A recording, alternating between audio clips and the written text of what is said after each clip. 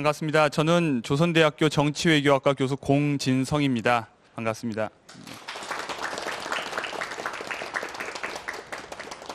오늘 제가 여러분들께 들려드릴 이야기는 스피노자에 대한 겁니다. 주제를 스피노자와 사랑이라고 잡아봤는데요. 사실 이제 사랑이라고 하는 단어는 지금 뭐랄까요, 청중들을 꼬시기 위한 미끼에 불과하고요. 핵심은 그냥 스피노자의 생각에 대해서 여러분들에게 말씀드리려고 하는 겁니다. 스피노자와 정치 또는 스피노자와 권력 또는 스피노자와 국가 또는 스피노자와 뭐가 있을까요? 전쟁 이러면 되게 무시무시하잖아요. 그런데 스피노자와 사랑 그러면 조금 가볍고 좀 접근해 볼 만하고 나도 뭔가 어느 부분만큼은 공유하고 있는 점이 있다고 여러분들이 충분히 느낄 것 같아서 사랑이라는 것을 매개로 해서 스피노자에 들어가 보려고 하는 겁니다. 실제로 뭐 스피노자가 사랑에 대한 얘기를 많이 하고 있는 것은 아닌데 저는 이제 스피노자를 사랑이라는 키워드를 가지고 재미있는 얘기를 끄집어낼 수 있다고 생각을 합니다. 그래서 오늘 주제를 스피노자와 사랑으로 잡아봤습니다. 먼저 여러분들께 질문 드릴 게 하나 있는데요. 스피노자 하면 떠오르는 게 뭔가요? 네? 명언. 어떤 명언이죠? 나는 내일 지구가 멸망하더라도 예. 한글에 살아남고 싶다. 예. 아주 기대했던 대답을 해주셔서 정말 감사합니다. 누구나 다 들어보셨을 거예요. 한국인이라면 스피노자 하면 연상 검색어가 내일 지구가 멸망해도 나는 오늘 한 그루의 사과나무를 심겠다. 굉장히 좋은 말처럼 들려요. 무슨 말인지 솔직히 생각해보면 그게 무슨 말일까? 뭐 희망을 가지고 오늘 하루 열심히 살아보겠다는 얘기인지 뭐 이런 느낌이 옵니다. 근데 오늘 여러분들께 제가 재미있는 한 가지 진실을 알려드리면 이 말은 스피노자가 한 말이 아닙니다. 뭐 이렇게 하셔야죠. 깜짝 놀랐죠? 스피노자는 이런 말을 한 적이 없어요. 저도 그렇게 알고 있었기 때문에 스피노자에 대해서 공부를 하면서 온 저작을 다 뒤졌어요. 혹시라도 있나. 심지어 이렇게 요즘은 이제 다 디지타이징이 돼 있어서 컴퓨터로 이렇게 검색어를 넣으면 샅샅이 뒤질 수 있거든요. 사과, 나무, 뭐 지구, 멸망, 뭐 내일 다 뒤져봐도 없어요. 전혀 그런 말이 없어요. 그런데 그럼 도대체 이 말이 어디서 나왔을까? 알고 보니까 독일 사람들은 이 말을 마틴 루터라고 하는 종교개혁가가 한 말로 알고 있는데 그래서 제가 또 찾아봤어요. 정말 마틴 루터가 이런 말을 했나? 그랬더니 마틴 루터도 그런 말을 했다고 하는 문헌적 증거는 없고요. 그냥 독일 사람들은 그렇게 믿고 있어요. 속담이에요. 그냥 독일 사람들은 그런 말을 마틴 루터가 했다고 알고 있을 뿐인데 그게 어떻게 와전돼서 한국인들이 스피노자의 말로 기억하고 있는지는 모르겠어요. 그런데 제가 알기로는 지구상에서 유일하게 한국인들만 그렇게 잘못 알고 있어요. 그래서 오늘 오해를 바로 잡으시기 바랍니다. 오늘 이 강의를 들으시는 분들 또는 이 강의를 지금 시청하시는 분들은 이런 말은 스피노자가 한 말은 아니다. 왜 그렇게 생겼는지는 모르겠지만 아무튼 아니라는 것 한 가지를 알 필요가 있겠습니다. 또 스피노자 하면 떠오르는 게 뭐가 있나요? 연관 검색어.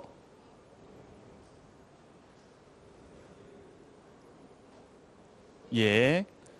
렌즈, 안경알 들어보셨어요? 이건 조금 난이도가 높은가요? 예, 저기 지금 끄떡끄떡하는 학생도 있는데요. 스피노자 하면 또 하나 떠오르는 연관 검색어가 안경알을 가하는 사람 또는 렌즈 세공사 이런 말입니다. 스피노자는 실제로 직업적으로 그 말은 무슨 말이냐면 뭘 해서 먹고 살았냐면 렌즈를 갈아서 먹고 살았습니다. 그러니까 렌즈 세공사 또는 안경알을 간 사람 맞는 말이에요.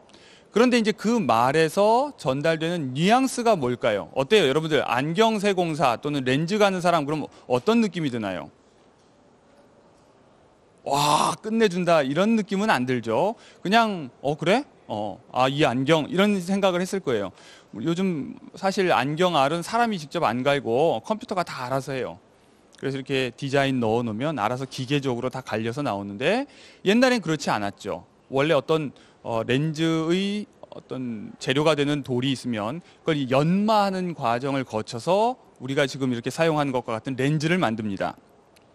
그런데 이 렌즈라는 말이 당시에 어떤 의미를 가졌는지를 알 필요도 있고 동시에 상징적으로도 굉장히 중요한 의미를 가집니다. 스피노자가 몇 년도 사람인지 혹시 아세요? 언제적에 살았던 사람인지? 몇 세기? 몇 세기? 17세기 사람입니다. 정확하게 얘기하면 스피노자는 1632년에 태어났습니다. 1632년이 어떤 때인지를 좀 더 와닿게 설명을 해드리자면 바로 이 해에 1632년에 갈릴레오 갈릴레이라고 하는, 여러분들 다 아는 너무나도 유명한 그 사람이 책을 한 권 썼어요. 그 책 제목이 뭐냐면 두 개의 천체의 하늘, 천체 시스템에 대한 이야기예요.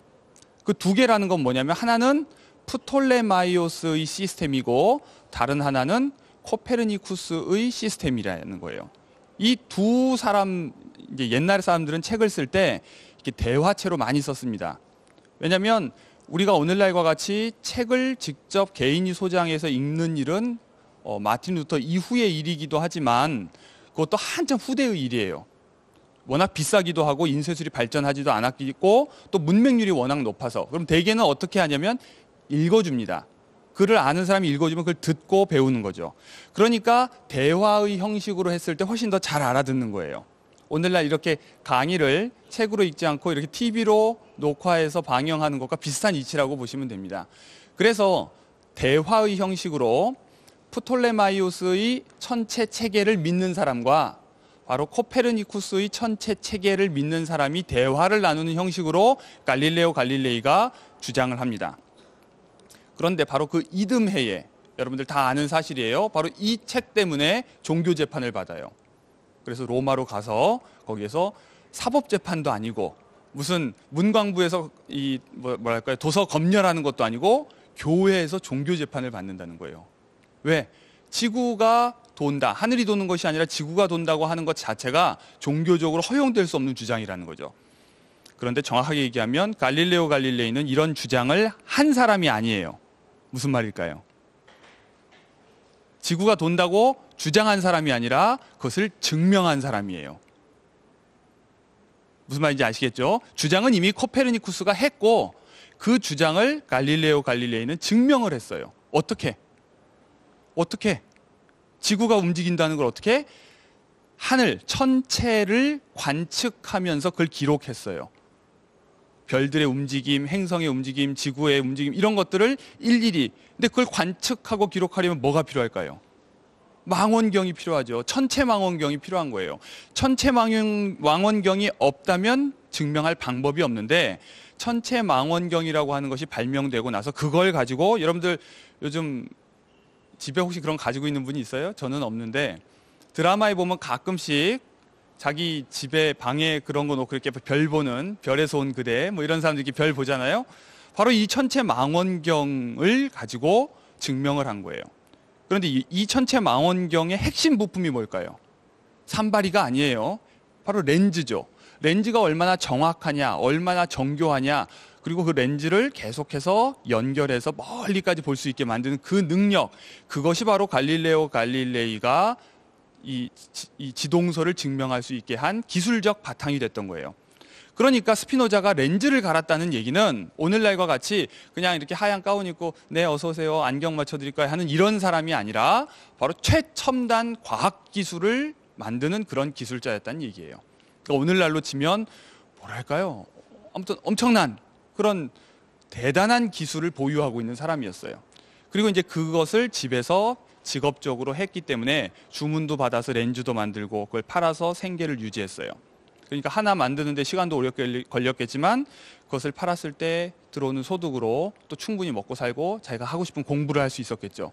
근데 문제는 이 과정에서 무지 많은 가루가 나올 거 아니에요. 돌가루들. 그것 때문에 결국은 폐병으로 일찍 죽었어요. 자, 중요한 것은 이 렌즈가 단순히 그냥 직업을 의미하는 것이 아니라 또 최첨단 기술을 의미하는 것뿐만 아니라 동시에 그것이 전통적인 종교적 세계관에서 현대의 과학적 세계관으로 전환되는 것을 의미하는 거예요. 렌즈가 의미하는 것은. 자, 렌즈는 그런 의미에서 상징적입니다. 뭐냐면 바깥에 볼 수 없었던 것을 볼 수 있게 하는 도구예요. 그리고 그것을 감히 보려고 하는 거예요. 교회에서 못 보게 하는데 감히 보려고 하는 거예요. 그렇게 해서 교회가 금지하는 진실을 얘기하게 되는 거죠. 그 당시에 또 같은 시대를 어떻게 이해하면 좋으냐면요. 제가 1632년에 스피노자가 태어났다고 그랬죠. 어디서 태어났는지 혹시 아세요? 스피노자 국적 또는 고향 네덜란드 사람이에요. 스피노자는 네덜란드 사람입니다. 저는 괜히 스피노자를 좋아하면서 갑자기 네덜란드를 함께 좋아하게 됐어요. 그래서 뭐 축구 경기 응원하면 제가 독일에서 공부를 했는데요. 독일 응원 안 하고 네덜란드 응원하고요. 오렌지 색깔 티셔츠 입고 야 뭐 이러고 그랬어요. 괜히 네덜란드가 좋았어요. 스피노자는 네덜란드에서 태어났는데 네덜란드에서도 이제 제일 큰 도시 암스테르담에서 태어났습니다. 스피노자가 태어난 곳에 제가 직접 가봤는데요. 그 동네 암스테르담의 옛날 번화가인데 상업지구입니다. 바로 몇 집 건너에 렘브란트라고 하는 화가가 살았어요. 그러니까 렘브란트가 제일 매우 그 당시에 잘 나가던 굉장히 유명한 화가였으니까요. 렘브란트가 활동하던 시대에 이미 어른이었을 때 꼬맹이 코울릭의 스피노자가 이렇게 동네에서 뛰어다니고 있었던 거예요. 막 첨벙첨벙 막 진흙팡을 이렇게 밟고 뛰어다니면서 이웃이었답니다. 근데 렘브란트가 그린 그림 중에 아주 재미있는 그림이 하나 있는데요. 해부학 교실을 그린 그림이 있어요. 한번 이제 찾아서 보십시오. 그건 뭐냐면 당시의 뭐랄까요, 귀족은 아니고 그렇다고 해서 천민도 아닌 평범한 재산을 가지고 있는 사람들이 입는 그런 정장이 있습니다. 그런 옷을 입은 사람들이 둘러서 있고 누군가가 죽어있는 시체를 해부해서 혈관, 근육, 핏줄, 기타 등등 이런 것들 다 이렇게 해부하고 있는 그런 장면이에요. 그 당시가 바로 과학적인 세계관이 등장하는 시기인데 그것은 밖으로는 지구 바깥을 관찰하기 시작하는 것이고 안으로는 우리 안을 관찰하기 시작을 해요. 그건 옛날에는 금기시됐었죠. 사람이 죽었으면 묻어야죠. 함부로 시신을 훼손하면 안 되죠. 그런데 이걸 열어보고 있는 거예요. 아마 동양의학에서도 허준이 아마 그런 식의 해부를 동물을 가지고 아마 했던 걸로 제가 알고 있는데요. 바로 해부라는 것은 보이지 않는 영역 안으로 들어가는 것을 의미해요. 마찬가지로 천체망원경은 보이지 않던 영역 바깥으로 나가는 것을 의미하고, 즉 인간이 전통적으로 알의 영역이라고 주어져 있던 것에 머무르는 것이 아니라 안과 밖으로 지식의 영역을 넓힌 거죠. 바로 그런 시대에 스피노자가 태어났고요. 그때 바로 렌즈를 가는 일을 하면서 공부를 했습니다. 자, 스피노자의 이름에 대해서 한번 생각해 보겠습니다. 스피노자는 성이에요. 영어로는 last name 또는 family name이라고 그러죠. 그럼 앞에 뭐가 있겠어요? first name이 있어요. 뭘까요? 아는 사람 있으세요 혹시? 몇 가지로 다르게 불립니다. 세 가지로 불리는데요. 그냥 오늘 한번 상식 차원에서 한번 들어두세요. 바룩이라고 하는 이름이 있습니다. 바룩. 이건 히브리어예요. 무슨 말이냐면 스피노자가 유대인이라는 뜻이죠. 그러니까 부모로부터 유대인 이름을 받았어요. 바룩. 그래서 교회 다니시는 분들 계신지 모르겠는데 히브리인들이 성경 또는 기독교인들이 얘기하는 구약 성서에 보면 바룩이라고 하는 인물이 나와요. 바룩이라고 하는 선지자가 있는데 이건 이제 히브리인들 사이에선 흔한 이름 중에 하나입니다. 무슨 뜻이냐? 복받은 사람이란 얘기예요. 영어로 얘기하면 the blessed, 복받은 사람, 축복받은 사람. 그러니까 한자로 얘기하면 복자예요, 복자. 스피노자의 이름은 복자입니다. 그래서 나중에 이 사람이 자신의 히브리어 이름을 라티나이즈, 그러니까 라틴어로 바꾸는데요. 왜냐하면 당시에 유럽에서 학자들은 다 라틴어를 사용했어요. 마찬가지로 조선시대의 학자라면 다 한자를 사용하니까 자기 이름을 개똥이라고 얘기하지는 않겠죠. 뭐 견분이라고 했을지는 모르겠는데 아무튼 한자어로 전환을 해야 공통적으로 통용이 되잖아요. 그래서 히브리어, 자기 민족어로 되어 있는 자기 이름을 라틴어로 바꿉니다. 그래서 또 하나 생긴 자기 이름이 뭐냐면 베네딕투스. 베네딕투스. 베네는 좋다는 뜻이고요. 딕투스는 말하는 거예요. 그러니까 좋은 이름을 듣는 거죠. 마찬가지로 복받았다는 뜻이에요. 베네딕투스. 그래서 베네딕투스 스피노자 또는 바룩 스피노자 다 같은 이름이에요. 그런데 하나 이름이 또 있어요.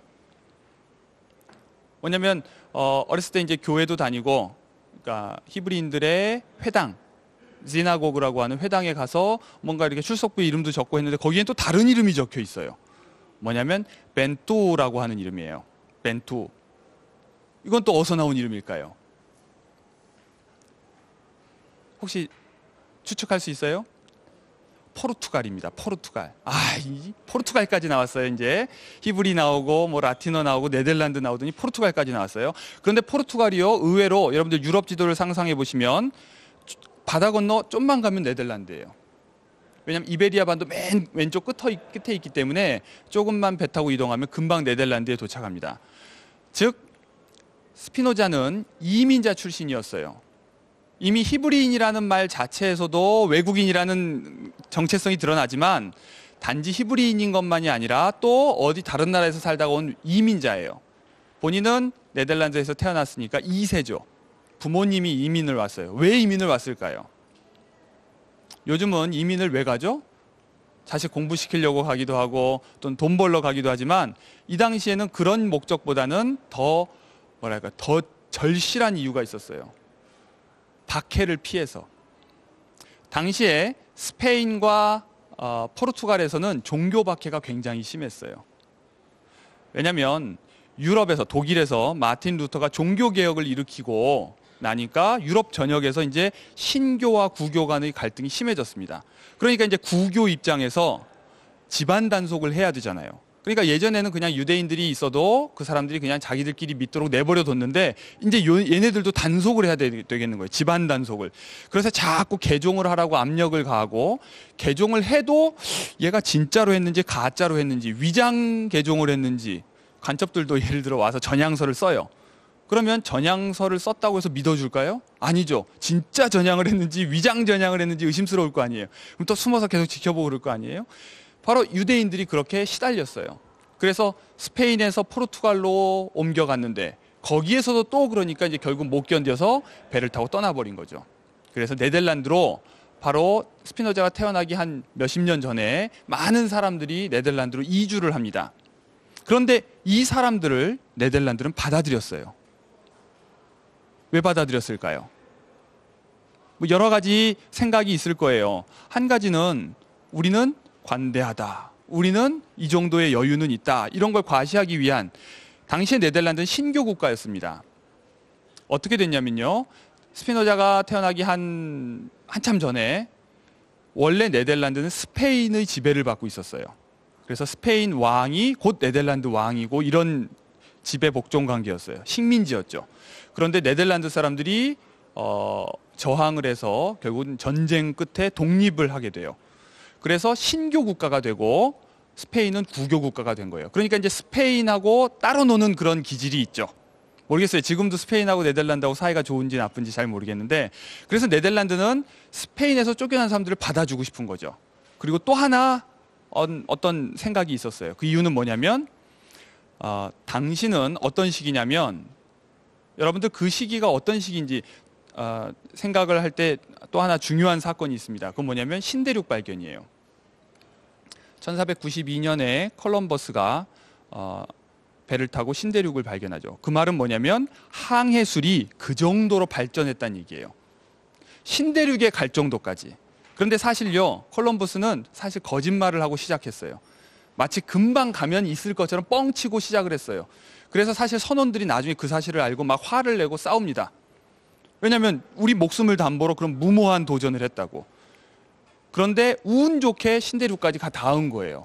무조건 가면 아시아가 나올 줄 알고 해봤는데 엉뚱한 대륙이 나온 거죠. 그런데 그것이 가능했던 이유는 항해술이 그만큼 발전했다는 얘기예요. 배를 만드는 기술이 그만큼 발전했다는 얘기예요. 대항해 시대가 열린 거죠. 대륙과 대륙을 오고 가는 항해 시대가 열린 거예요. 그때 바로 그 대서양 쪽에 있는 스페인, 포르투갈, 네덜란드, 영국, 프랑스, 이 나라들은 다 바다로 뛰어드는 거예요. 왜? 반대쪽에 가면, 아시아에 가면 또는 아메리카에 가면 엄청난 부가 있다고 생각을 하니까 모두들 뛰어드는 그런 대항해 시대였어요. 거기에서 온갖 새로운 어떤 과일 또는 곡식 또는 향신료 또는 귀금속들, 이런 것들을 가지고 와서 팔면 엄청난 돈을 버는 거죠. 바로 이 시대에 스피노자는 살았는데요. 그래서 네덜란드는 유대인들을 기꺼이 받아들였어요. 왜냐하면 전 세계의 유대인들이 살고 있기 때문에 일종의 상업망을 가지고 있는 거예요. 네트워크를. 오늘날 요즘 이제 한국 사람들도 전 세계 한국인들이 뻗어 있으니까 뭐 하냐면 한상 네트워크, 한인 커뮤니티를 이렇게 연결해서 상업적으로 이용하자 이런 얘기를 하잖아요. 중국 사람들은 이미 예전부터 화교 네트워크가 있잖아요. 전 세계 어디 가도 중국 사람들은 먹고 살아요. 중국 식당 있고 중국 식품점 있고 중국 학교 있고 어디 가나 중국말 하면 다 해요. 그런 식으로 이 네트워크를 이용해서 네덜란드가 경제적으로 이득을 누리려고 했던 거예요. 실제로 그렇게 해서 유대인들을 받아들였더니 유대인들이 활발하게 상업을 해서 암스테르담은 계속 성장했어요. 그래서 17세기 네덜란드에 스피노자가 살던 시기를 황금 시대라고 불러요. 바로 그때 스피노자는 네덜란드에서 살았습니다. 자, 그런데요, 이 유대인들은 종교가 바로 네덜란드에 살고 있는 네덜란드 시민들과는 달라요. 네덜란드 사람들은 기독교, 그것도 신교를 믿는 사람들이었어요. 그것도 신교 중에서도 더 엄격한 칼빈주의예요. 칼빈주의라는 말 들어봤어요? 또는 칼빈이라는 말. 칼빈은요, 루터 이후에 종교개혁을 일으킨 중요한 인물인데요. 바로 이 칼빈의 영향을 받은 곳이 이제 스위스 제네바라든지 그리고 네덜란드 또는 북유럽이에요. 이곳은 어느 정도로 엄격하냐면 굉장히 금욕적이고요. 심지어 나는 거리낄 게 없다는 것을 과시하기 위해서 집에 창문을 거의 무릎까지 내려서 뻥 뚫어놓고 살아요. 다 보라는 거예요. 나는 부끄러운 게 없다. 우리 조선에도 그런 말이 있었어요. 옛날에 선비는 홀로 있을 때에도 조심한다. 혼자 있을 때에도 마치 남이 나를 보는 것처럼 늘 단정히 한다는 거예요. 칼빈주의자들이 그랬어요. 매우 금욕적으로 집안이라고 커튼 닫고 하고 싶은 대로 막 벌거벗고 춤추고 이러는 게 아니라 누구든지 보라는 거예요. 깨끗하다는 거죠. 이런 정도로 종교적으로 투철한 사람들이 칼빈주의자인데 유대인들을 받아줬단 말이에요. 정치적인 고려 또는 상업적인 고려 때문에. 그러니까 유대인들 입장에서 고맙죠. 우리를 받아줬으니까. 게다가 유대인들끼리 생활할 수 있도록 교회를 짓는 걸 허락해줬어요. 회당을 짓는 것을. 그리고 학교 짓는 것도 허락해줬어요. 그래서 유대인들만 가서 배우는 히브리 학교도 만들어줬어요. 그러니까 고맙잖아요. 그럼 뭘 해야 될까요? 감사의 표시로 뭔가 우리도 뭔가를 좀 해야겠다. 그게 뭐냐? 법 잘 지키고 질서 잘 지키고 절대로 뭔가 그 사람들한테 해가 되는 일은 하면 안 되겠다. 이런 마음을 갖겠죠. 그래서 유대인 공동체의 지도자들은 자기 내부 단속에 굉장히 신경 썼어요. 우리를 받아줬는데, 난민이 될 뻔한 우리를 받아줬는데 우리가 여기서 뭔가를 잘해야지. 여기서 뭐 개판 5분 전이고 뭐 깽판 치고 뭐 부도덕하고 도둑질하고 거짓말하고 뭐 술 먹고 또는 뭐 기타 등등 그 나라 사람들이 싫어하는 행동들을 하면 쯧쯧쯧쯧 하면서 반외국인 정서가 커질 거 아니에요. 그러니까 매우 엄격하게 자기 민족에게 대했어요. 그래서 기존의 자기네 종교적 계율도 엄격하긴 하겠지만 그걸 더 엄격하게 적용했어요. 그래서 유대인들 단속을 한 거죠. 그래서 행여라도 좀 불온한 얘기를 한다거나 종교적으로 이단적인 얘기를 한다거나 그러면 가차없이 처벌을 했어요. 물론 때리거나 그러는 건 아니고 파문을 하는 거예요. 쫓아내는 거예요. 공동체에서 나가라는 거죠. 엑스커뮤니케이션. 파문을 엑스커뮤니케이션이라고 그래요. 여기에 커뮤니케이션이란 말이 들어있죠. 뭐예요? 말 안 섞는 거예요. 이제 너하고 나는 교제 안 하는 거예요. 1절 우리는 커뮤니케이션을 이제 안 하는 거예요. 그런데 그걸 말하라, 그럼 나 혼자 하고 싶은 대로 하고 살겠다 이렇게 얘기할 수 있을까요? 여러분들은 만약에 어떤 친구들끼리 모임이 있는데 너를 파문한다, 엑스커뮤니케이션, 그러면 뭐 알아서 해라, 난 나갈란다 하고 딴 사람 만나면 되겠죠. 그런데 유대인은 그런 처지가 아니에요. 왜? 남의 나라에서 살고 있잖아요. 그런데 유대인이 유대인 공동체에서 벗어나는 순간 완전히 고립무원인 거예요. 아는 사람이 없고 나를 케어해 줄 사람이 없는 거예요. 그러면 이 사람은 경제적으로 굶어 죽게 돼요. 왜냐하면 유대인 공동체라는 것은 단순히 그냥 관념적인 것이 아니라 실제로 경제 공동체고 또는 종교 공동체고 생활 공동체이기 때문에 여기에서 배척되면 이제 먹고 살 수도 없어요. 상업을 함께 할 수가 없어요. 그럼 그렇다고 해서 네덜란드 사람 사이에 낄 수 있느냐? 그것도 굉장히 어렵죠. 그렇기 때문에 이건 굉장히 강력한 처벌이었어요. 그것을 다 알고 있었어요. 왜 그렇게 강하게 처벌하는지. 그러니까 쫓겨난 사람도 좀 근신하고 그 다음에 잘못했습니다 하고 무릎 꿇고 빌면 다시는 그렇게 하지 마 하면서 이렇게 받아주는 거죠. 그러니까 이게 관례였어요. 우리도 아버지가 자식이 뭐 나쁜 짓을 하면 호적에서 파버리겠다고 막 소리를 쳐도 그럼 실제로 호적에서 진짜 파나요? 그러시는 부분은 없죠. 나중에 이제 삐쳐서 자식도 에이 나도 아버지 필요 없다고 나가도 한 얼마나 좀 있으면 될까요? 일주일이면 풀릴까요? 한 달? 1년? 그렇게까지 오래 가시는 부모님은 없을 거라고 믿어요. 아마 하루만 지나도 이 자식 들어와라 이렇게 하시지 않을까요?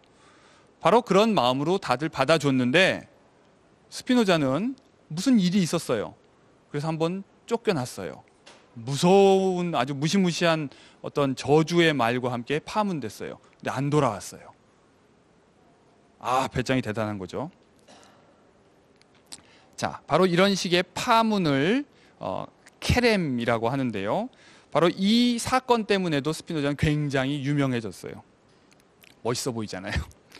자, 스피노자는 아버지가 상인이었습니다. 제가 아까 많은 유대인들이 바로 스페인, 포르투갈을 거쳐서 왔기 때문에 그 지역 일대에 많은 네트워크를 가지고 있었어요. 그래서 그런 견과류, 곡식, 향신료 이런 것들을 거래하는 그런 네트워크를 통해서 돈을 벌고 장사를 했어요. 아버지가 그런 장사라는 상인이었는데요. 그래서 아들 스피노자를 학교에를 보냈지만 그 목적이 유대인 학교는 단순히 그냥 오늘날과 같이 그냥 한글 배우고 수학 배우는 이런 학교가 아니라 약간 좀 독특한 학교예요. 뭐냐면 동시에 종교 학교를 겸해요. 그래서 토라, 보통 이제 창세기, 출애굽기, 레위기, 민수기, 신명기 5개의 책을 일컫는 토라 공부를 하는 거예요. 그건 유대인들에게 아주 핵심 경전인 거죠. 그걸 가지고 히브리어도 가르치고 거기에서 율법도 배우고 동시에 하는 거예요. 그러니까 일반 교양교육과 종교교육을 겸하는 그런 교육을 받았어요. 그리고 이 중에서 이제 똑똑한 사람은 쭉 커서 랍비가 되겠죠. 선생이 되는 거예요. 교사가 되는 거예요. 근데 스피노자는 그런 자질이 충분했는데 아버지가 애초에 스피노자를 그런 랍비로 키우려고 하는 생각이 없었어요. 그래서 스피노자는 어느 정도 초급 수준, 장사하는 데 도움이 될 만한 수준만 배우고 그 다음에는 학교를 그만두고 나와서 아버지를 도와서 장사를 해야 했어요. 동생과 함께 아버지 가게에서 일을 했습니다. 그런데 이 상업의 과정은 위험한 거였어요. 동시에. 데인저러스하다는 얘기가 아니라 리스키한 거였어요. 무슨 말일까요? 자, 데인저러스와 리스키라는 말은 다른 거예요. 데인저러스는 누가 막 칼 가지고 휘두를 때 위험한 거고 리스키하다는 얘기는 리스크가 많다는 얘기예요. 무슨 리스크? 물론 장사는 원래 리스크가 있지만 그런 리스크가 아니라 뭐냐면 상업은 누군가를 만나죠. 단골 손님만 상대하는 게 아니에요. 무수히 많은 상인들이 왔다 갔다 해서 거래를 한단 말이에요. 특히 암스테르담은 거의 유럽에서 최초로 선물 시장도 있었고요. 증권 시장도 있었고요. 별의별 걸 다 거래했어요. 최첨단, 그러니까 지금 뉴욕이 그런 최첨단 거래소라면 그 당시에는 네덜란드 암스테르담이 바로 그런 최첨단의 거래 장소였어요. 보이는 물건만 파는 것이 아니라 보이지 않는 것도 팔았어요. 심지어는 튤립도 팔고요. 아직 피지 않은 튤립을 미리 팔고 막 이랬어요. 투기성으로. 그 정도로 상업이 발달했으니까 전 세계의 상인들이 다 모여서 거기에서 뭐 경매도 하고 뭐 사업도 하고 그러면서 이제 만나는 그런 장소였어요. 그러니까 자연스럽게 낯선 사람을 만날 수밖에 없는 거죠. 익숙한 사람하고만 장사하는 것이 아니라 매우 독특한 사람들을 다 만나는 거예요. 그리고 그런 사람들은 동시에 외모만 다른 게 아니라 언어만 다른 게 아니라 생각도 달라요. 종교도 다르고 그런 사람들을 만나게 되는 거죠. 자, 오늘날 상인하면 우리가 사회 계층에서 그렇게 첨단이라고 생각하지 않을 거예요. 그런데 당시에는 제가 대항해 시대라고 얘기를 했죠. 상업의 가능성이 엄청나게 팽창하던 시기예요. 그리고 암스테르담은 최첨단 거래소라고 얘기했어요. 그 말은 상인이라고 하는 사람은 그냥 평범한 돈 버는 사람 이런 뜻이 아니라 굉장히 앞서 있는 사람들이었어요. 문물의 변화를 최전선에서 바로 접하는 사람인 거죠. 반대로 귀족이나 왕은 그런 거에 굉장히 둔해요. 왜? 늘 궁 안에만 있으니까. 자기 영지 안에서 그냥 자기 세계 안에서 자기가 최고인 줄 알지 다른 세계를 잘 몰라요. 반대로 상인들은 중국에도 가고요, 아메리카에도 가고요, 아프리카에도 가고 어디든지 다 가는 거거든요. 그러니까 그 사람의 지식이 훨씬 더 넓고 폭이 넓고 세상을 많이 알아요. 그러니까 상인하고 접촉한다는 것은 당시로서는 매우 신나는 일일 수도 있지만 스피노자의 아버지가 보기에는 매우 위험한 일이었어요. 근데 그걸 모르고 아들에게 장사를 시킨 거죠. 차라리 공부를 시켰더라면 아마 이런 일은 없었을 거예요. 장사를 하는 과정에서 스피노자는 다양한 사람을 만나고 새로운 생각에 눈을 뜨게 됐어요.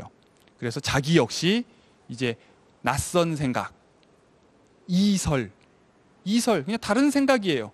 그런데 이설 그럼 되게 부정적으로 들리죠. 그런 이설에 귀가 열리고 생각이 열리고 마음이 열리면서 점점 호기심 천국, 이제 나날이 공부하고 싶은 의욕만 커지게 됐어요.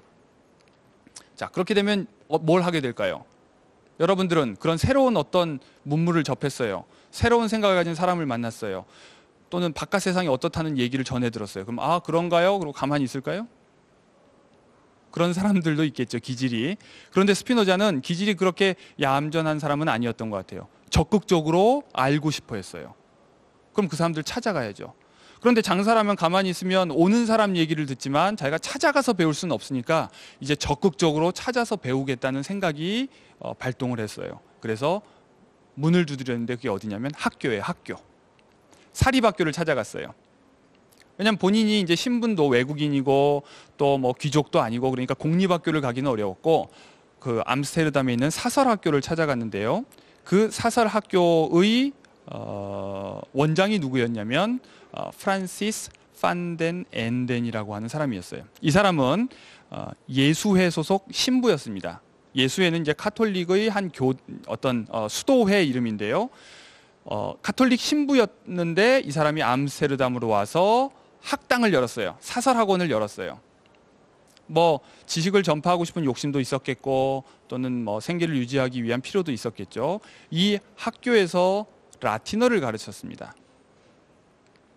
자, 라틴어를 가르쳤다는 말의 의미가 무엇인지 아까 잠깐 얘기했죠. 라틴어는 그 당시의 교양 언어였어요. 그리고 보편 언어였어요. 공부를 하려면 반드시 알아야 돼요. 라틴어를 모르면 공부를 할 수가 없었어요. 그래서 스피노자는 바로 이 라틴어 학원에 문을 두드렸어요. 나이는 좀 먹었지만 학원에 문을 두드려서 거기에서 라틴어를 배웠어요.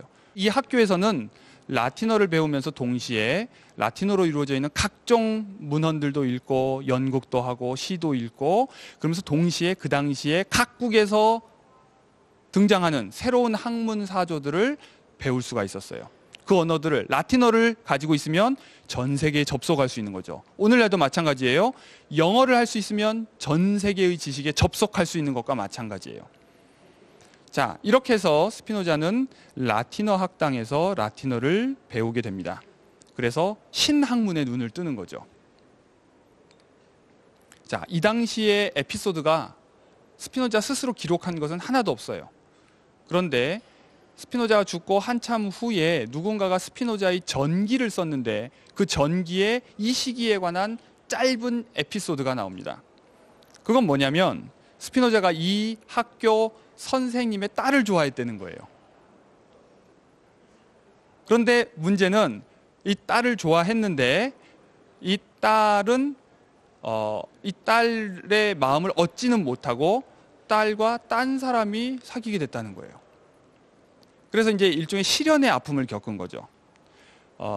같은 학교에서 이 딸은 선생님의 이 딸이기 때문에 어렸을 때부터 라틴어 교육을 받아서 라틴어를 굉장히 잘했고 또 학생들에게 음악을 가르쳤어요. 그런데 음악만 잘 가르친 것이 아니라 문학도 능하고 연극도 능하고 뭐 다재다능해서 모든 사람이 좋아했겠죠. 그런데 스피노자는 아마도 나이가 좀 많았던 모양이에요. 그래서 스피노자는 감히 들이대지 못하고 그보다 좀 어린 어떤 젊은 네덜란드 청년이 그 구애를 해서 성공을 했대요. 바로 이런 에피소드가 잠깐 등장을 합니다. 그런데 바로 이 에피소드에서 저는 많은 것을 추론합니다. 뭐냐면 스피노자는 그리 많지 않은 책들을 썼는데 스피노자가 쓴 책 중에 중요한 책 하나가 에티카라고 하는 책이에요. 우리말로 윤리학이라고 번역을 할 수도 있지만 에티카라고 하는 책, 그 책에 보면 사람의 감정에 대한 아주 매우 꼼꼼한 분석이 나와요. 기쁨, 슬픔, 애정, 혐오 또는 오만, 교만, 겸손 또는 공포, 두려움 또는 뭐 여러 가지 인간의 감정들에 대한 묘사와 분석이 나오는데, 그때 사랑과 질투 이런 부분들을 보면 이 사람은 분명히 누군가를 매우 뜨겁게 열정적으로 좋아한 적이 있고, 그러다가 한번 크게 상심한 적이 있고, 질투심에 불타올라서 막 어떻게 해보려고 하다가 결국은 또 풀이 죽기도 하고, 이런 모든 걸 겪어본 사람이라는 것이 느껴져요. 그래서 제가 스피노자의 전기를 보면 이 에피소드가 가짜가 아니라 분명히 실제 있었던 어떤 사건일 것이고, 그리고 그 영향 때문에 스피노자는 자신의 감정에 대해서, 인간의 감정에 대해서 깊이 고민을 한 것이 아닐까 하는 그런 추측을 저는 해봅니다. 자, 그러면 이제 감정에 관한 얘기로 넘어가 보겠습니다. 자, 감정에 관한 얘기를 하기에 앞서서 여러분들이 먼저 어떤 생각을 하나를 깨야 됩니다. 스피노자의 글에도 자주 나오는 표현인데요. 편견을 없애다 또는 편견을 비판하기 위해서 또는 편견을 바로잡기 위해서 이런 말들을 많이 씁니다. 편견을 영어로는요, prejudice라고 얘기해요. prejudice. 그 말은 좀 더 정확하게 옮기면 편견보다는 선견이에요. 선견. 그러니까 편은 치우쳤다는 얘기죠. 그러니까 치우쳤다는 뜻이라면 prejudice는 치우쳤다는 뜻보다는 앞서 가지고 있는 판단이란 뜻이에요. 자, 우리 모두는 먼저 앞서 가지고 있는 어떤 판단을 가지고 있어요. 근데 그것이 잘못되어 있으면 그 이후의 배움을 오도하기 때문에 스피노자는 언제나 우리가 무엇을 판단하기에 앞서서 앞서 판단하고 있는 것이 과연 옳은지를 확인해야 된다는 겁니다. 그것을 확인하고 바른 것이라면 간직해도 좋지만 그것이 옳지 않다면 과감하게 버려야 된다는 거죠. 근데 그걸 붙들고 있으면 그 이후의 행동과 판단과 모든 것들이 뒤틀리기 때문이에요. 그래서 여러분들도 어떤 것을 배울 때에는 항상 배움에 앞서서 내가 먼저 알고 있는 것을 맹신하면 곤란해요. 그렇다고 해서 다 버리면 또 안 돼요. 예를 들어 우리가 한국어를 버리고 배울 수가 있나요? 한국어를 버리면 아무런 배움이 있을 수가 없어요. 그런 의미에서 분명히 중요하지만 그것이 과연 내가 사용하는 한국어가 얼마나 정확한가 부정확한가를 우리가 따져야 더 정확하게 공부할 수 있는 것처럼 언제나 prejudice, 선견을 검토해 봐야 합니다. 스피노자는 바로 이런 검토 작업들을 하고 있어요. 그런데 사람들이 이 감정과 관련해서 매우 잘못 판단하고 있는 것들이 있어요. 자, 그게 뭘까요? 감정은 어떻게 해서 생겨나는 걸까요? 스피노자는 제가 이제 한국말로 감정이라고 여러분들이 다 쉽게 이해할 수 있는 단어를 사용했지만 사실 전문적으로는 정서라는 말도 쓰고 정념 또는 어떤 사람은 좀 어색하게 정동 이런 말을 써요. 그건 이제 그 스피노자가 사용하는 개념을 정확하게 포착하기 위해서 부득이하게 이제 이상한 단어들로 옮기는 건데요. 아주 쉽게 얘기하면 감정이지만 좀 더 정확하게 얘기하면 움직이는 겁니다. 감정이 움직이는데 생기는 과정에서도 움직임이 있지만 동시에 내가 가지고 있는 품고 있는 감정도 변하기 때문이에요. 이 감정은 어떻게 생기냐면 이것을 영어로는 affect, 라틴어로는 affectus라고 하는데 뭐냐면 뭐가 이렇게 영향을 주는 거예요. 자, 지금 저는 더위를 느껴요. 약간의 더위 또는 긴장감, 그러면서 동시에 발로는 약간의 한기를 느껴요. 왜 그럴까요? 무엇인가가 내 발에 전달되기 때문이죠. 무엇인가가 제 얼굴에 전달되기 때문이죠. 무엇인가가 내 안에서 또한 나오기 때문이에요. 바로 그런 것들을 affect, 영향을 끼치는 거죠. 영향이 미치는 거예요. 뭔가 나에게 미치고 있어요. 보이는 것, 보이지 않는 것. 누군가가 나를 때린다면 이건 보이게 나에게 영향을 끼치는 거지만 방금 얘기한 한기라든지 열기라든지 이런 것들은 보이지 않게 저에게 영향이 오는 거예요. 바로 그 결과로 저에게는 어떤 느낌이 생겨납니다. 스피노자가 생각할 때 핵심은 이 느낌 그 자체가 아니라 느낌의 실체예요. 느낌이 어디서 오느냐 하는 거예요. 느낌은 끊임없이 나와 다른 것의 어떤 관계 속에서 내가 영향을 받기 때문에 그런 느낌을 가지게 되는 거죠. 자, 바로 이 감정의 문제 또는 정서의 문제는 스피노자 철학에서 굉장히 재미있고 흥미롭고 중요하고 그래서 오늘날 또한 새롭게 주목받고 있는 그런 분야입니다. 그래서 이 주제를 많은 사람들이 철학자들도 연구하지만 새롭게도 뇌과학자들 또한 연구를 해요. 뇌과학자들이 현대의 인간을 연구를 해보니까 스피노자의 말이 너무나 잘 맞아떨어지더라는 거예요. 뭐냐면 우리의 머리 또는 우리가 어떻게 느끼는 그 감정이라는 것이 몸과 별도로 따로 있는 것이 아니라 몸과 함께 나타나는 부수 현상이라는 거예요. 몸이 먼저 또는 뇌가 먼저 신체적으로 어떤 자극이 사실 일어나고 그 다음에 거기에 대해 사후적으로 우리가 어떤 감정, feeling, 어떤 느낌이라는 이름을 갖다 붙인다는 거예요. 핵심은 우리 몸이 바로 변화의 핵심 장이라는 거예요. 무대라는 거예요. 내 몸이 영향을 받는다는 거예요. 배고픔이라는 감정은, 느낌은 내적으로 이루어지는 거라면 또는 아픔, 추위, 더위 이런 것들은 외적으로 저에게 주어진 어떤 영향의 결과죠. 바로 이것이 스피노자가 생각하는 감정과 관련해서 굉장히 중요한 설명입니다. 스피노자는 감정이라는 것이 내 마음대로 만들어내거나 이러는 것이 아니라 철저하게 어떻게 보면 물체와 물체가 몸과 몸이 작용을 하면서 생겨나는 산물이라고 생각을 하는 거예요. 그런데 이 감정은 불필요한 게 아니에요.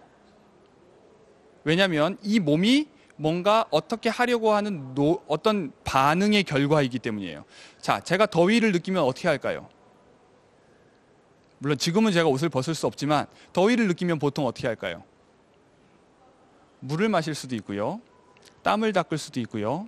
부채질을 할 수도 있고 옷을 벗을 수도 있어요. 또 추우면 어떻게 할까요? 마찬가지로 옷을 껴입을 수도 있고요. 따뜻한 차를 마실 수도 있고 바로 여러 가지 방법으로 저는 그런 노력을 합니다. 즉 몸의 자극에 대해서 몸이 무엇을 해야 하는지를 사실 알아요. 그리고 그것을 지시하는 어떤 시그널이 우리가 느낌이라는 이름으로 우리 머릿속에 떠오르는 거예요. 배고파, 추워, 졸려. 졸릴 때는 어떻게 해야 될까요? 가만히 앉아서 졸지 말아야지 라고 하면 안 졸게 될까요? 스피노자의 생각은 그게 아니라는 거예요. 왜? 그건 철저하게 몸의 문제이기 때문에 졸리는데 졸지 말아야지 이렇게 하면 안 졸릴 수 있는 그런 문제가 아니라는 거예요. 어떻게 해야 돼요? 산소 공급을 해야죠. 또는 더워서 졸리는 경우엔 덥지 않게 하려고 하거나 바로 우리 몸은 그것들을 알고 있어요. 우리 몸은 나 자신을 어떠한 아주 이상적인 상태로 유지하려고 하는 타고난 어떤 속성을 가지고 있어요. 타고난 어떤 메커니즘을 스스로 내장하고 있고 바로 그 노력의 일환으로서 그런 느낌들을 가지게 되는 거예요. 모든 존재하는 것은 자기 존재의 본성을 유지하려고 노력해요. 노력한다는 표현이 약간 의인화된 표현이라서 어색하게 들릴지 모르지만 사실 모든 존재하는 것은 그런 본성을 가지고 있어요. 심지어 이런 물체조차도. 자, 인간도 그런 노력을 하죠. 그러니까 배고프면 먹고 졸리면 자고 그 다음에 추우면 입고 더우면 벗는 거예요. 바로 이 노력을 라틴어로 코나투스라고 부릅니다. 거창한 표현이 아니에요. 그냥 노력한다는 얘기예요. 노력한다는 거예요. 영어로는 endeavor라고도 하는데 바로 그런 노력을 모든 생명체, 특히 인간은 하고 있다는 거죠. 바로 이때 사람들이 보이는 어떤 신체적 변화 이것이 먼저 있고 그것에 대해서 사후적으로 우리가 어떤 이름을 갖다 붙인 것 그것들이 그 무수히 다양한 느낌, 감정들이라는 거예요. 자, 그렇다면 사랑이라고 하는 감정 또한 이것과 마찬가지겠죠. 자, 사랑에 대한 얘기를 본격적으로 하기 전에 일단 감정에 대한 얘기를 좀 해보겠습니다. 감정. 방금 감정의 출처가 이렇다는 얘기는 했는데요. 감정에는 크게 보면 두 가지 감정이 있어요. 아주 단순하게 얘기하면 어떤 거냐면 좋은 감정과 나쁜 감정, 또는 적극적 감정과 소극적 감정. 어떻게 보면 다 이렇게 다양한 감정들이지만 크게 그렇게 구분이 될 수 있어요. 좋은 감정의 대표적인 것이 뭐냐면 기쁨이죠. 나쁜 감정의 대표적인 건 슬픔이에요. 뭔가 우리는 어떨 때 기뻐하고 어떨 때 슬퍼하죠? 지금 여러분들은 좀 슬픈 것 같은가요? 자, 기쁨의 감정, 슬픔의 감정, 자, 그런 느낌 도대체 왜 생기는 걸까요? 그냥 기쁨이라는 것을 주사처럼 주입할 수 있을까요? 약 먹으면 기뻐지고 약 먹으면 기뻐지는 경우가 있어요. 어떻게 하는 건 줄 아세요? 인체에 화학적으로 반응을 일으키는 거죠. 그건 뭐냐면 다른 방식으로 우리가 느끼는 어떤 관계에서 작용에 의해서 기쁨의 감정이 생겨나는 그 패턴을 이용해서 일부러 만들어내는 거죠.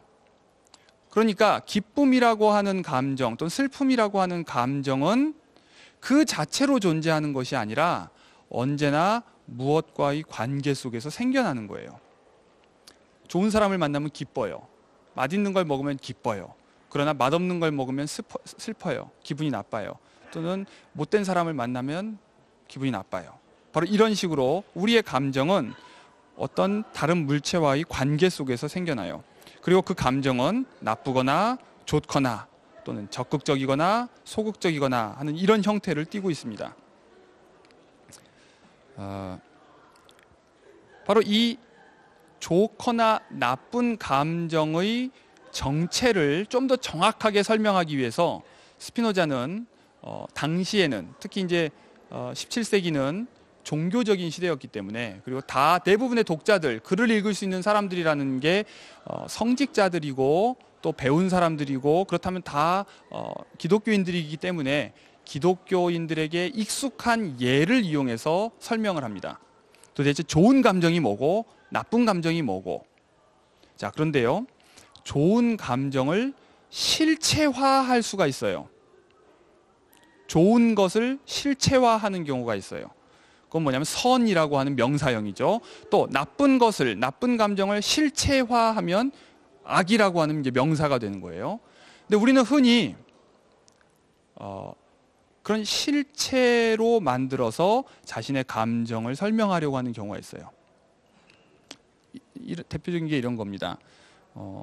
아이가 뭔가 불쾌하고 짜증이 나고 하면 울어요. 울 수 있어요. 그런데 그러면은 그 사람의, 그 아이의 신체에 어떤 부정적인 반응이 일어난 건데, 어른들은 뭔가 뭐 때문에 그랬어, 어떤 실체가 있다고 생각하고 떼떼를 한다거나 찌질하거나 뭔가 그것을 제거함으로써 그 나쁜 것이 사라졌다고 얘기를 해요. 지금 같은 얘기 같이 들리겠지만 약간 다른 얘기입니다. 그건 뭐냐면 아이의 불쾌함, 아이가 느끼는 슬픔의 정체는 어떤 것인지 아니면 그 것과의 관계인지의 문제예요. 그런데 우리는 익숙하게 그것을 실체라고 생각을 해요. 대표적인 게 또 뭐냐면 악을, 또는 나쁨의 명사형이 악이죠. 바로 악을 악마라는 실체로 만드는 거예요. 악마라는 실체로 만들어서 악마를 쫓아내면 악이라는 게 사라질 거라고 보는 거죠. 이건 아주 옛날부터 늘 있었던 일이에요. 그래서 뭐 동네에 나쁜 일이 있으면 이 안에 나쁜 사람이 있다는 거예요. 그래서 이제 마녀를 잡아서 없앤다거나 아니면 어떤 뭐랄까 재수가 없는 사람이 있어서 그렇다면서 그 사람을 누군지 골라내서 버린 배 밖으로 던져버린다거나 이런 식으로 실체화해서 제거함으로써 모든 것이 사라졌다고 믿는 이런 경향들이 있었어요. 그런데 스피노자는 좋거나 나쁘거나 기쁘거나 슬프거나 하는 이런 것들은 관계에서 비롯하는 것이지 실체가 그런 것은 아니라고 보는 거예요. 바로 그걸 설명하기 위해서 사람들에게 아주 익숙한 성서에 나오는 이야기를 이용합니다. 바로 그게 뭐냐면 아담과 하와 이야기예요. 아담과 하와 이야기는 여러분들 다 잘 알고 계시죠? 이건 사실 기독교인이 아니어도 알 정도로 모든 사람에게 아주 익숙한 이야기이기 때문에 스피노자는 이 이야기를 이용해서 바로 무엇이 좋고 무엇이 나쁜 것인지, 무엇이 선이고 무엇이 악인지 이것을 설명하려고 하는 거예요. 아담과 하와 이야기는 이렇습니다. 구약성서 창세기에 보면 태초에 신이 에덴이라고 하는 동산에 사람을 만들었어요. 그 사람의 이름은 아담이에요. 다른 말로 하면 아담이란 말의 뜻이고 사람이라는 뜻이에요. 그리고 이 사람을 혼자 있으니까 외롭다고 해서 하나 더 만들었어요. 그런데 이 새로 만든 사람은 파생 인간이에요. 뭐 갈비뼈를 빼서 만들었다고 얘기를 하죠. 그래서 파생어로 이 사람을 불러요. 영어에서는 훨씬 더 쉽게 이해되죠. man, woman 이런 것처럼 man에서 파생된 woman이라고 하는 단어가 나오듯이 ish, isha 이런 식으로 파생어로 이름이 주어져요. 아담, 하와 이런 말은 결국 사람, 여자 사람 이런 얘기예요. 바로 이렇게 해서 사람을 만들고 이제 모든 것을 하고 싶은 대로 해라. 먹고 싶은 거 먹고 뭐 말 타고 놀고 싶으면 놀고 또는 뛰어놀고 싶으면 뛰어노는데 단 하나, 동산 중앙에 있는 선과 악을 알게 하는 나무의 열매는 먹지 마라 이렇게 얘기했다는 거예요. 사과나무 이런 거 아니에요. 정확하게 선과 악을 알게 하는 나무의 열매 이렇게 표현을 했어요. 그래서 이제 줄여서 선악과라고 말을 하는데 이 얘기를 스피노자는 아주 새롭게 해석을 합니다. 그런데 신이 뭐라고 그랬냐면 그걸 따먹지 말라고 그랬다는 거예요. 도대체 왜 그랬을까? 그건 많은 사람들이 오랫동안 논의를 했지만 우리의 관심은 이제 왜 그랬을까 그것보다는 스피노자가 거기에서 무엇을 끄집어내는가 하는 겁니다. 스피노자 동시대에 또한 유명한 정치 사상가 또는 철학자가 있습니다. 토마스 홉스라고 하는 사람인데요. 이 사람은 바로 이 이야기에서 바로 주권 또는 국가 권력의 핵심 속성을 끄집어내요. 그건 뭐냐? 국가 권력의 핵심은 명령하는 힘이라는 거예요. 명령을 어기면 어떻게 되죠? 처벌받죠. 왜 처벌받죠? 명령을 어겼으니까. 왜 명령을 어겼는데 처벌받죠? 또 이상하지 않아요? 명령이니까. 명령을 어기면 왜 처벌받죠? 명령을 어겼으니까. 순환적이죠. 토마스 홉스가 보기에 국가 권력의 핵심은 바로 그런 순환성에 있다고 봤어요. 뭐냐면 바로 그것을 관철시키는 힘, 그것이 바로 권력의 핵심이라고 봤어요. 그래서 명령이 주권의 핵심이고 그 명령을 지키지 않으면 안 되게 만드는 것이야말로 국가 권력의 핵심이라고 본 거예요. 그런데 바로 그런 생각을 가지고서 성경을 딱 보니까 여기에 바로 그 명령을 어긴 사람이 나타나는 거예요. 뭐예요? 신이 먹지 마 그랬다는 거예요. 왜 먹으면 안 되는데요? 그건 중요한 게 아니에요. 먹지 말라고 했는데 먹었으니까 처벌받았다는 거예요. 금지가 중요한 것이고 금지를 어겼기 때문에 처벌받는다는 거예요. 자, 이렇게 홉스식으로 생각하면 악 또는 나쁜 것, 나쁜 짓 이건 뭐예요? 명령을 어기는 거예요. 명령을 어기는 것이 나쁜 거예요. 그럼 본질적으로 나쁜 것이 있거나 본질적으로 선한 것이 있는 건 아닌데 다만 명령이 있으니까 그 다음부터 선악의 구분이 생긴다는 거예요. 명령을 따르면 선한 행동이고 명령을 어기면 악한 행동이라는 거예요. 그러니까 아담은 뭘 잘못했냐? 명령을 어기는 잘못을 했다는 거예요. 또 나중에 바로 이 스토리 이후에 뭐가 나오냐면요. 먹고 나니까 눈이 밝아졌어요. 그러고 나서 자기를 보니까 벌거벗었단 말이에요. 그러니까 아이고 창피해라. 부끄러워서 나뭇잎을 따서 바지는 못 만들겠죠. 만들어서 입었다고 그랬어요. 그랬더니 이게 또 잘못했다는 거예요. 홉스 말로는. 왜? 누가 너더러 부끄럽다고 그랬느냐. 신이 그렇게 얘기해요. 아담아 너 어디 있느냐. 그랬더니 제가 부끄러워서 숨었습니다. 그래요. 누가 너더러 너의 벌거벗음이 부끄러운 거라고 얘기했냐 이거예요. 내가 아니랬는데 왜 네가 부끄럽다고 그러냐는 거예요. 신기하죠. 잘잘못의 기준은 뭐냐? 명령에 있다고 홉스는 생각했어요. 그러니까 국가의 명령에 복종해야 된다는 거예요. 마찬가지로 신이 명령했기 때문에 아담은 복종해야 되는데 복종 안 했으니까 잘못한 거고 바로 그게 바로 나쁜 행동이라는 거예요. 그러니까 모든 기쁨과 슬픔 또는 선한 일과 나쁜 일, 이것의 기준은 명령에서 오는 거죠. 명령을 어겼기 때문에 나쁜 짓을 한 거고, 나쁜 짓을 했으니까 처벌을 받았고, 처벌받았으니까 슬퍼진 거예요. 그런데 스피노자는 아니라는 거죠. 그런 게 아니라는 거예요. 도대체 어떻게 이 홉스의 주장에 대들 수 있을까요? 스피노자가 생각하기에 신은 그런 제멋대로의 존재가 아니에요. 스피노자는 신은 완전하다고 생각했어요. 완전하다면 누군가의 영향을 받아서는 안 되죠. 누군가의 영향을 받는다는 얘기는 결국 그 사람이 나를 통제한다는 얘기고, 나를 명령한다는 얘기고, 나를 좌우한다는 얘기잖아요. 그럼 내가 의존한다는 얘기인데, 그럼 신이 완전하다는 뜻이 아닌 거예요. 그러니까 신이 완전하다면 신은 어느 누구에 의존할 필요가 없고, 누구의 부탁도 듣지 않고, 누구의 명령도 듣지 않아요. 그거야말로 완전함의 뜻이죠. 그러니까 스피노자가 생각할 때 신은 언제나 자기 계획대로 움직이는 존재, 언제나 자기 계획대로 늘, 언제나, 그 말은 과거에도 미래에도 늘 그렇게 존재하는 존재, 이것이야말로 신이라고 생각했어요. 그런 신이라면 이래라 저래라 명령할 리가 없고, 늘 그러한 어떤 세상의 모습에 막 시도 때도 없이 개입해서 너 내 말 안 들었으니까 혼나라, 이런 존재일 수가 없다고 본 거예요. 그럼 도대체 스피노자는 바로 아담이 도대체 뭘 잘못했다고 생각한 걸까요? 또는 신은 도대체 따먹지 마라라고 한 말의 의미가 뭐라고 생각한 걸까요? 자, 이 얘기는 다음 시간에 계속해서 하겠습니다. 예, 감사합니다.